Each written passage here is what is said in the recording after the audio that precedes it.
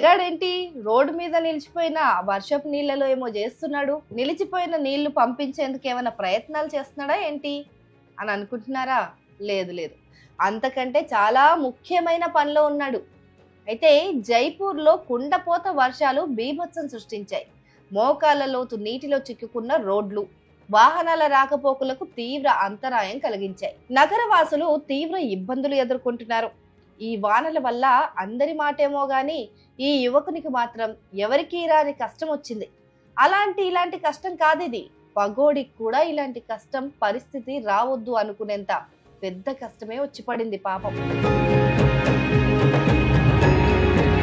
తినేందుకు తిండి లేకున్నా, కంటి నిండా నిద్ర లేకపోయినా, ఆ బాధే తెలియకుండా చేసి జేబులో డబ్బులు లేకపోయినా, జీబీల కొద్దీ జ్ఞాపకాలు దాచుకొని మనసంతా బాధలు కష్టాలతో నిండిపోయినా వాటన్నింటినీ మర్చిపోయేలా చేసి చివరికి ప్రపంచమంతా అంతమైపోయినా ఏమీ పట్టించుకోకుండా ఒంటికి పట్టకుండా చేస్తూ మన ఒంట్లో ఓ భాగమై జీవితంలో భాగస్వామై మన ప్రపంచంగా మారిపోయిన మొబైల్ ఫోన్ ప్రమాదవశాత్తు జారిపోయి వర్షపు నీళ్ళల్లో పడిపోయింది.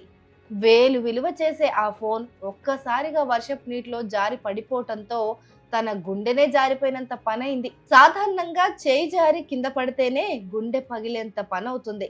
అలాంటిది రోడ్డంతా మోకాళ్లలో నీళ్లు, వచ్చిపోయే వాహనాలు. అలాంటి పరిస్థితిలో ఫోన్ జారిపోతే మరి గుండె జారిపోయినట్టవదా ఏంటి?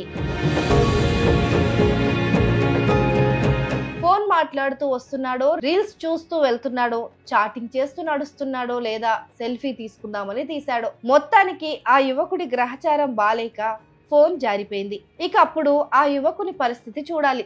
ఆ నీళ్ళేమైనా సరస్సులో నీళ్ళ, కిందేముందో స్పష్టంగా పైకి కనిపించడానికి బురదమయంగా మారిన ఆ నీళ్లలో కూర్చొని తన ఫోన్ ఎక్కడ పడిందోనని చేతులతో వెతకడం మొదలు పెట్టాడు. ఫోన్ పడిపోయిన ప్రదేశం అంతా జాగ్రత్తగా ఓపికతో వెతికాడు. వచ్చిపోయే వాహనాలను వెళ్ళనిస్తూ ఏమీ రాని సమయంలో వెతుక్కుంటూ అబ్బో చాలానే కష్టపడ్డాడు. నీటిలో పడి పాడైనా సరే కొంత ఖర్చు పెట్టైనా రిపేర్ చేపించి మళ్ళీ వాడుకుందామని ఆ యువకుడి తాపత్రయం.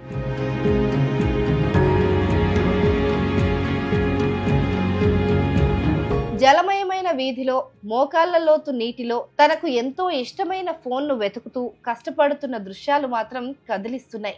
ఒక్కసారి కింద పడ్డాక నీటి బురదలో ఎక్కడ కలిసిపోయిందో తెలీదు.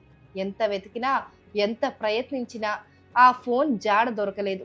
ఆశలు సన్నగిల్లే కొద్దీ అతని మొహంలో నిస్సహాయత, బాధ, ఆందోళన స్పష్టంగా కనిపించాయి. తెలియకుండానే అతని కళ్ళల్లో నీళ్లు సుడులు తిరుగుతున్నాయి.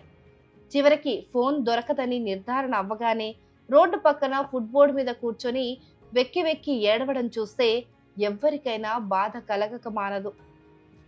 తల పట్టుకొని మోకాళ్లపై కూర్చుని వెక్కి వెక్కి ఏడుస్తున్న అతని ఆవేదన కేవలం ఒక ఫోన్ పోగొట్టుకున్న బాధ మాత్రమే కాదు. బహుశా ఆ ఫోన్లో నిక్షిప్తమైన ఎన్నో జ్ఞాపకాలు, కాంటాక్ట్లు, వ్యక్తిగత సమాచారం, అతనికి సంబంధించిన ఎన్నో ముఖ్యమైన విషయాలు కోల్పోయాననే భావన అతని ఆత్మవిశ్వాసాన్ని దెబ్బతీశాయేమో. నిజమే, ఈ డిజిటల్ యుగంలో స్మార్ట్ ఫోన్ అనేది కేవలం ఒక వస్తువు కాదు. అది మన దైనందిన జీవితంలో ఒక అంతర్భాగం. అది మన పనికి, సమాచారానికి, వినోదానికి, ఇంకా ఎన్నో ఇంటికి ఆధారం. అలాంటిది చేజారిపోతే కలిగే బాధ వర్ణనాతీతం. ఆ యువకుడి కన్నీళ్లు, స్మార్ట్ ఫోన్లు మన జీవితంలో ఎంత లోతుగా పాతుకుపోయాయో, వాటిపై మనం ఎంతగా ఆధారపడుతున్నామో చెప్పకనే చెప్తున్నాయి.